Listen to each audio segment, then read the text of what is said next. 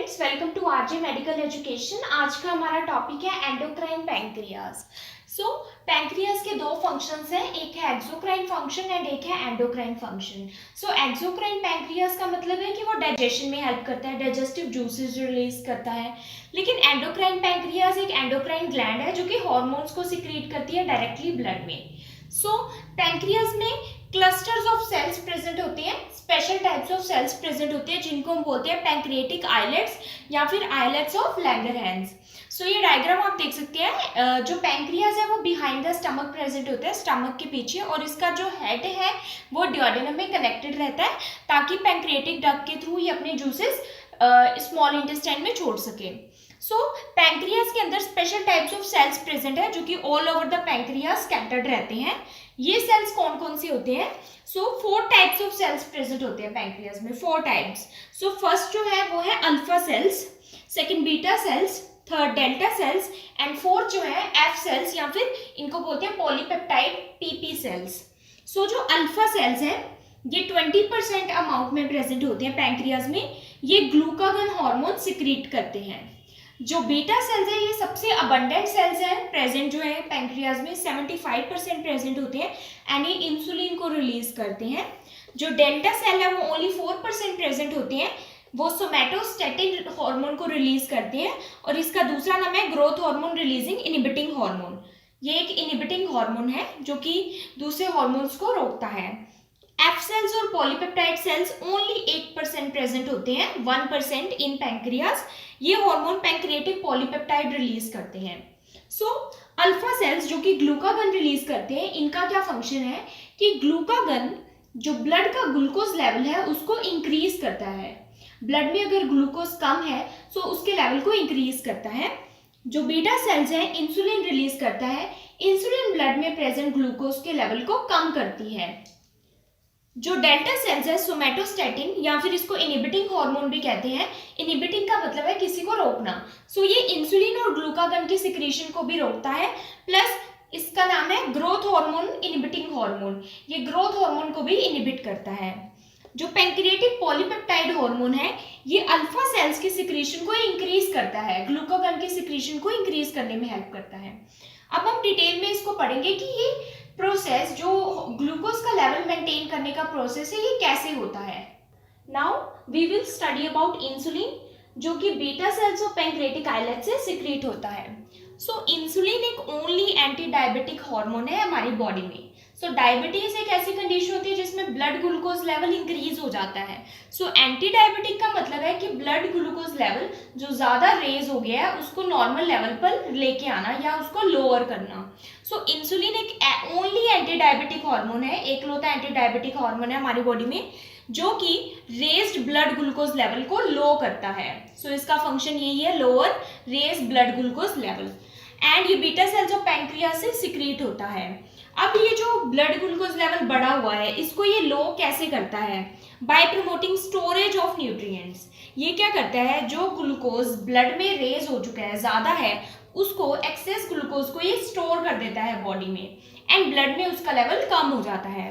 And ये जो nutrients है, न्यूट्रिएंट्स कौन से हमारे बॉडी में, हम कोई भी फूड लेते हैं, कोई भी फूड खाते हैं, वो क्या होता है, ग्लूकोज में कन्वर्ट होता है, न्यूट्रिएंट्स में कन्वर्ट होता है। कौन से न्यूट्रिएंट्स है? कार्बोहाइड्रेट्स, प्रोटीन्स, फैट्स, ये सब ग्लूकोज में कन्वर्ट होते हैं in the form of energy. इनको क्या करता है, ये इनके मेटाबॉलिज्म को रेगुलेट करता है।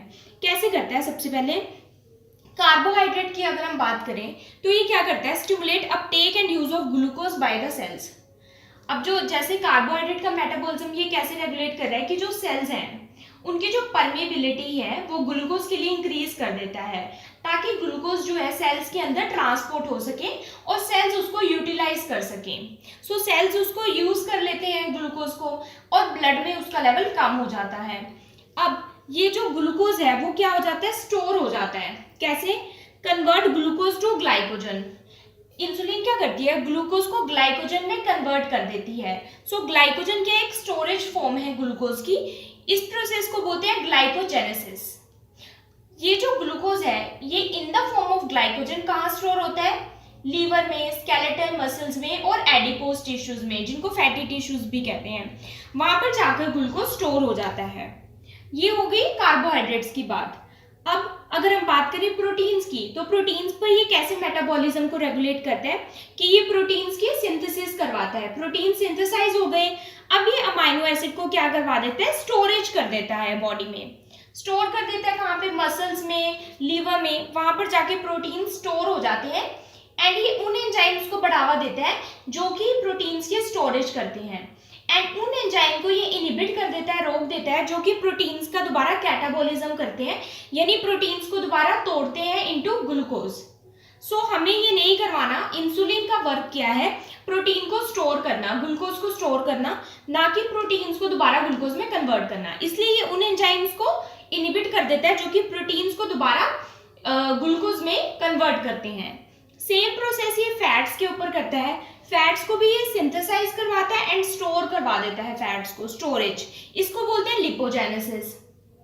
सो लाइपोजेनेसिस में क्या होता है, फैट सिंथेसाइज होते हैं और फैटी एसिड्स क्या है, जो फैट्स ब्रेक डाउन हुए फैटी एसिड में, ये स्टोर हो जाते हैं लीवर, मसल्स और एडिपोज टिश्यूज में। अब ये इंसुलिन अगेन उन एंजाइम्स को इनहिबिट करता है जो फैट्स को दोबारा कन्वर्ट करते हैं ग्लूकोज में। सो ये इन शॉर्ट कैसे होता है कि ग्लूकोज ग्लाइकोजन में कन्वर्ट होता है with the help of insulin, जिसको बोलते हैं ग्लाइकोजेनेसिस, और ये स्टोर हो जाता है in the form of glycogen. Next ये क्या करता है, लिपोजेनेसिस करता है, यानी कि फैट्स की सिंथेसिस और स्टोरेज करता है। थर्ड ये क्या करता है, डिक्रीजिंग ग्लाइकोजेनोलाइसिस। ग्लाइकोजेनोलाइसिस क्या है कि ग्लाइकोजन को ब्रेक डाउन होना ग्लूकोज में, सो ये ग्लाइकोजन को ग्लूकोज में कन्वर्ट होने नहीं देता, इसलिए ये ग्लाइकोजेनोलाइसिस को रोक देता है। Then preventing gluconeogenesis. ग्लूकोनियोजेनेसिस क्या है, प्रोटीन्स का टूटना, प्रोटीन्स का ग्लूकोज में कन्वर्ट होना, उसको भी ये प्रिवेंट करता है। सो इस तरह से इंसुलिन हमारी बॉडी में वर्क करता है। नाउ ग्लूकागन, जो कि alpha cells of pancreatic islet से सिक्रीट होता है। सो ग्लूकागन का फंक्शन बिल्कुल इंसुलिन से ऑपोजिट है। ये क्या करता है, ये ब्लड ग्लूकोज लेवल को इंक्रीज करता है। अगर ब्लड में जो ग्लूकोज का लेवल है वो कम है तो ये उसको रेज करेगा, इंक्रीज करेगा। सो इंसुलिन से बिल्कुल ऑपोजिट एक्शन है इसका। सो ये कैसे करता है कि जो ग्लाइकोजन, जो इंसुलिन ने ग्लूकोज को ग्लाइकोजन में कन्वर्ट किया था, उस ग्लाइकोजन को ये दोबारा ग्लूकोज में कन्वर्ट करता है। सो ग्लूकागन ग्लाइकोजन पर एक्ट करता है और ये ग्लाइकोजन दोबारा ग्लूकोज में कन्वर्ट हो जाता है और ब्लड में अवेलेबल रहता है। सो फिर ब्लड में जो ग्लूकोज का लेवल है वो इंक्रीज हो जाता है। इस प्रोसेस को बोलते हैं ग्लाइकोजेनोलाइसिस, यानी ग्लाइकोजन का ब्रेकडाउन होना ग्लूकोज में। अब ये कैसे कैसे होता है, फर्स्ट तो कार्बोहाइड्रेट पर ये एक्ट करता है। कार्बोहाइड्रेट में क्या करता है कि जो लीवर में स्टोर हुआ था कार्बोहाइड्रेट, वहां पर ये क्या करता है, उस कार्बोहाइड्रेट को मीन्स ग्लूकोज को ये अवेलेबल करवाता है ब्लड में, वहां से ये ट्रांसपोर्ट कर देता है, उसको ब्लड में अवेलेबल करवा देता है ताकि ब्लड में ग्लूकोज का लेवल इंक्रीज हो जाए।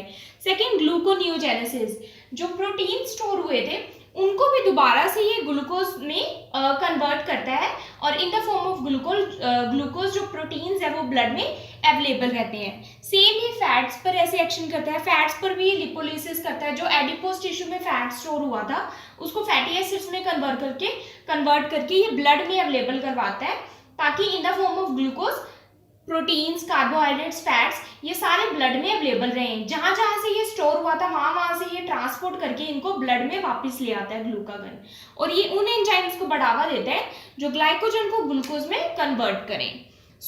अगर हमारे ब्लड में ग्लूकोज का लेवल कम है या एक्सरसाइज की है तब भी एकदम से ग्लूकोज का लेवल डाउन चला गया है या और कोई स्ट्रेस, वो क्या करेगा, ग्लूकागन को स्टिमुलेट करेगा, यानी कि पैंक्रियाज के अल्फा सेल्स को स्टिमुलेट करेगा कि वो ग्लूकागन रिलीज करें। ग्लूकागन क्या करेगा, जहां जहां पर carbs, proteins and fats in the form of glycogen store हुए थे उनको दोबारा से ब्रेक डाउन करेगा और ग्लूकोज में कन्वर्ट कर देगा। इट मीन्स ग्लाइकोजेनोलाइसिस कर देगा। इस तरह से ग्लूकागन हमारी बॉडी में वर्क करता है। नाउ हम पढ़ेंगे सोमैटोस्टैटिन एंड पॉलीपेप्टाइड हार्मोन के बारे में। जो सोमैटोस्टैटिन है इसका दूसरा नाम है growth hormone releasing inhibitory hormone. ये एक इनहिबिटरी हार्मोन है जो कि किसी सिक्रीशन को रोकता है। ये सिक्रीट होता है delta cells of pancreatic islet से। डेल्टा सेल से रिलीज होता है। अब ये क्या क्या इनहिबिट करता है, क्या क्या रोकता है। सबसे पहले ये अल्फा सेल्स की सिक्रीशंस को रोकता है। अल्फा सेल से ग्लूकागन रिलीज होता है, ये उसको रोकता है, इनहिबिट करता है। बीटा सेल से जो इंसुलिन रिलीज होता है उसको भी ये इनहिबिट करता है। एंड जो ग्रोथ हार्मोन रिलीज होता है जो कि ग्रोथ में हेल्प करता है उसको भी ये रोकता है, इसलिए इसका नाम है growth hormone releasing inhibiting hormone. Last hormone जो एंडोक्राइन पैंक्रियास से रिलीज होता है वो है पॉलीपेप्टाइड, जो कि एफ सेल्स और पीपी सेल से रिलीज होता है पैंक्रियास और पैंक्रियाटिक आइलेट से। ये क्या करता है, ऐसा माना जाता है कि ये जो ग्लूकागन की सिक्रेशन है उसको इंक्रीज करता है अल्फा सेल से। इसका और कोई फंक्शन नहीं माना गया है। एक और चीज़ है कि ये एपेटाइट को भी बढ़ावा देता है, भूख बढ़ाता है ये हार्मोन, एंड ये ग्लूकागन को इंक्रीज करता है अल्फा सेल से। इसका यही एक फंक्शन है और कोई इसका नॉन फंक्शन नहीं है। अगर आपको ये वीडियो अच्छी लगी so please like, subscribe and share my channel. Also do support women empowerment. Thank you for watching.